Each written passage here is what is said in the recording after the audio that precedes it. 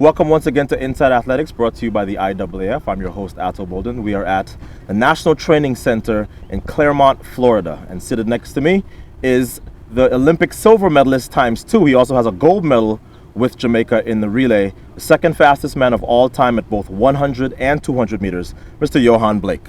Yohan, welcome to the program. Thank you for having me. So last time we saw you was 2012, winning those 3 Olympic medals. And since then, your body has been beset by injuries. I know you had surgery recently. Tell me where you are as we stand here in 2015.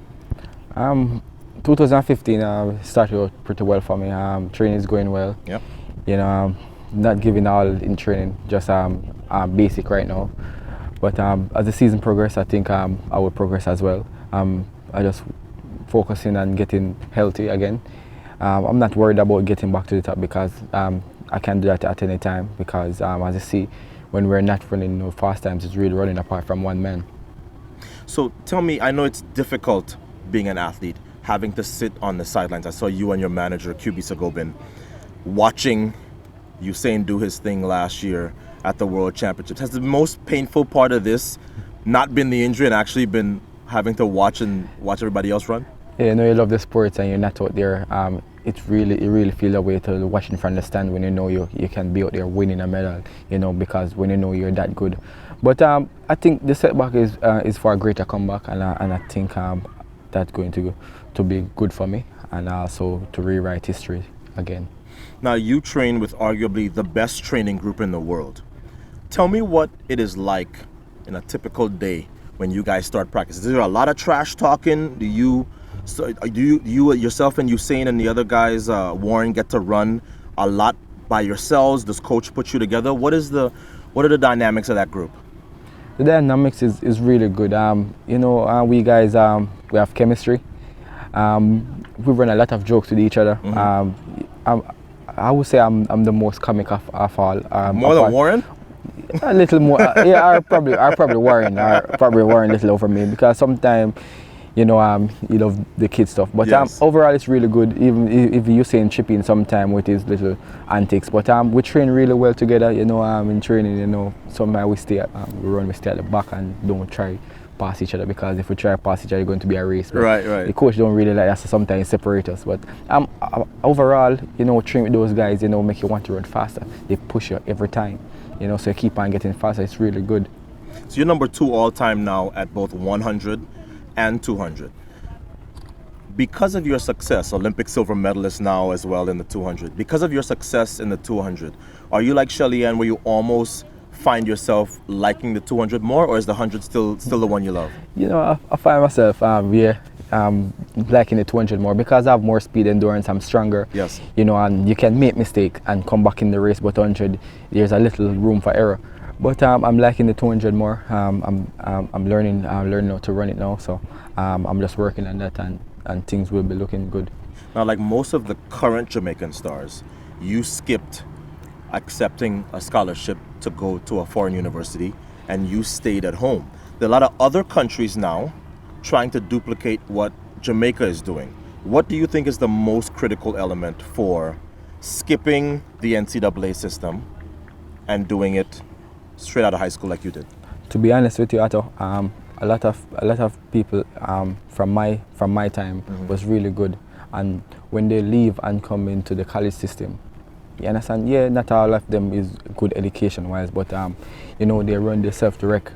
Not saying that the school run them, but you have to know to mind your body. Of course. And because there's a lot of races, and after when they come to trials, they can't make the team. They're tired. So there's a lot of race leading up to that. But what we do, we say, listen, you know what, we're going to go focus. They say opportunity come not but once, but I take my opportunity and stay in Jamaica and say, listen, this is what I'm going to work with. I'm not so hot in the school-wise. School is not my thing. So I just stay and just focus because I said to myself, what I'm doing now, when I'm working 9 to 5, I'm going to get it when I'm 50. Right. So I said, listen, I have to focus on this, and that's what I do, and it pays off for me. So all of the guys who leave now, they are either married or retired at a young age. Now, most of the Jamaican stars now, you can trace their roots back to Champs, the high school boys and girls championships in Jamaica, which is a fantastic meet. I've been there several times. I know you're a previous star of Champs. To somebody who has never been to Champs before and will never get a chance to come to Kingston, Jamaica, describe to them what Champs is like. Champs is like a mini Olympics.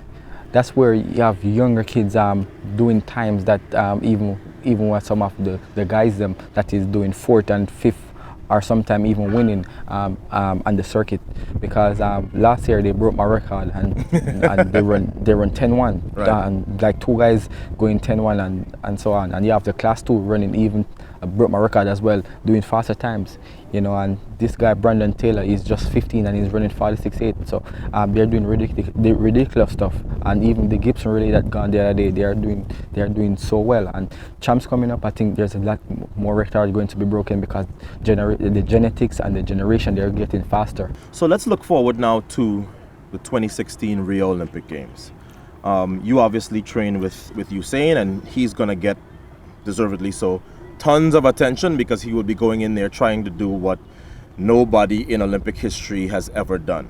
I know what it's like to train with somebody going in there with that kind of pressure. Are you focused just on this year and just getting back to your old self, or are you already thinking about, you know what, there are things that I did in London that I could do better, and I have to, if I am going to be the Olympic gold medalist in Rio, I have to, even from now, prepare to be better in Rio in these things? You know, a World Championship is a stepping stone for me Yeah. to come back for the 2016. So I'm focusing on getting through the season injury free, and also winning a medal at the World Championship. Then focus on Rio. What the key is for me in Rio, the focus really is not going to be on me, so I can focus Right. properly. You know, all the attention on the world going to be on both shoulders. You think that's an edge for you? Because like you said, all the hype is going to be on the history making. Yeah. Even though people like me know very well that there are a handful of guys who can upset that party. You are certainly one of them. Does it make it easier for you? Because you don't have the pressure to win.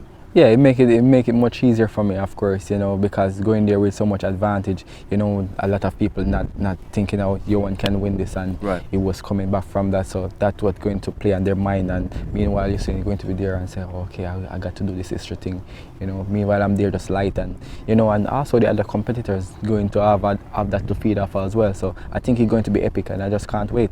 I asked Jessica Ennis this question because, of course, she was part of that fantastic night at the London Olympics with Mo Farah and Greg Rutherford.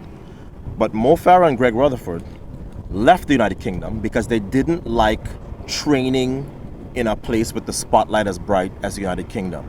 And yet you have thrived training and living in the place where, I mean, let's face it, Jamaicans eat, breathe, sleep, track and field. How have you sort of kept your distractions to a minimum and continued to do well?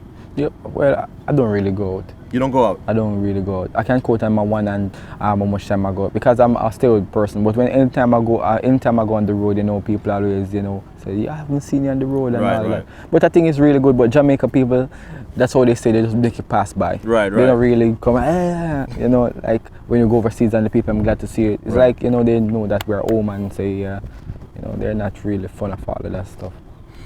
When you decide to hang up your spikes, I mean, you're at a young age, you're already number 2 ever. When you hang up your spikes, 10 years after that day, what would you like people to say about Yohan Blake, the man and the sprinter? Start with the man first.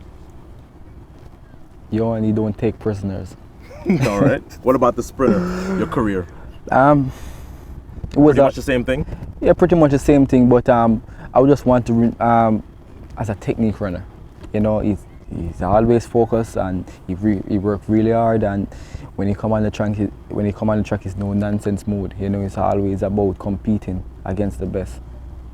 But how much of being in that group makes it almost easier to come out and be good against the rest of the world? Because when you train at such a high level with people who are your equals to your left and right every day in practice, does that make your job easier when you actually go out there to compete? It makes it much easier because you're training with the fastest man in the world. You know, almost somebody's beating the fastest man in the world. You know, so when you go there, what to fear? Right. You know, it's just on your best performance on the day. Come test me if you can. I love competition. I love fast running, so it doesn't matter me. It doesn't face me. So when I go on the track, it's let's go. I think you add so much to the sprinting game. We missed you the last couple of years. Glad to hear you're back. All the best in Beijing and, of course, on the road to Rio. Yeah, man. Thanks for stopping by. No problem.